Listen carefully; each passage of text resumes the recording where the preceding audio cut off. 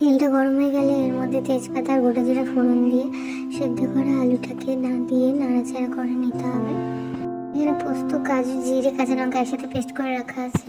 এদিকে আলুটা হালকা ভাজা হয়ে গেলে এর মধ্যে হলুদ আর নুন দিয়ে দেবো। তারপর ভালো করে নাড়াচাড়া করে নিতে হবে। তার মধ্যে রসুন বাটা দিয়ে নাড়াচাড়া করে নেবো ভালো করে।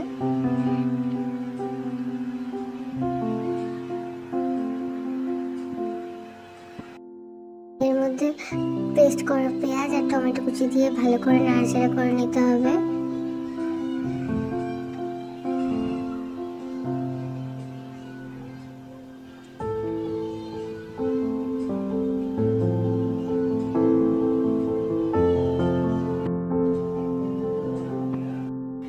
এর মধ্যে ওই কাজু পোস্তর পেস্টটা দিয়ে ভালো করে কষিয়ে নিতে হবে। এর মধ্যে আমি মিট মশলা অ্যাড করেছি, তোমরা চাইলে করতেও পারো, নাও করতে পারো, এতে একটা আলাদা টেস্ট আসে।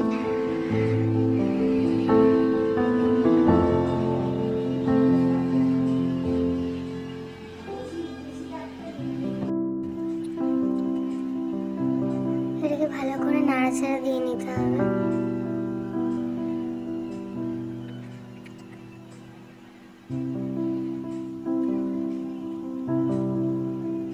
এর মধ্যে একটু লঙ্কার গুঁড়ো অ্যাড করেছি, তোমরা চাইলে করতেও পারো, নাও করতে পারো।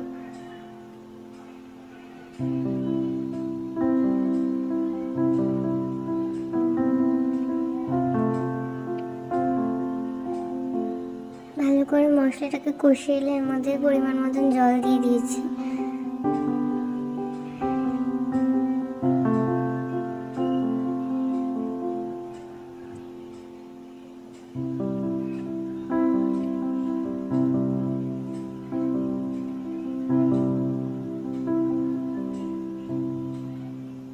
আমি এখানে টমেটো কেচাপ অ্যাড করেছি, তোমরা চাইলে করতেও পারো।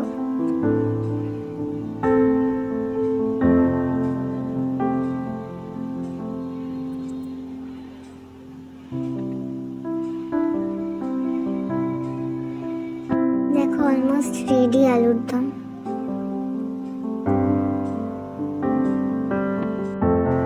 লাস্টের মধ্যে ঘি আর গরম মশলা অ্যাড করে দিয়েছি সেন্টের জন্য।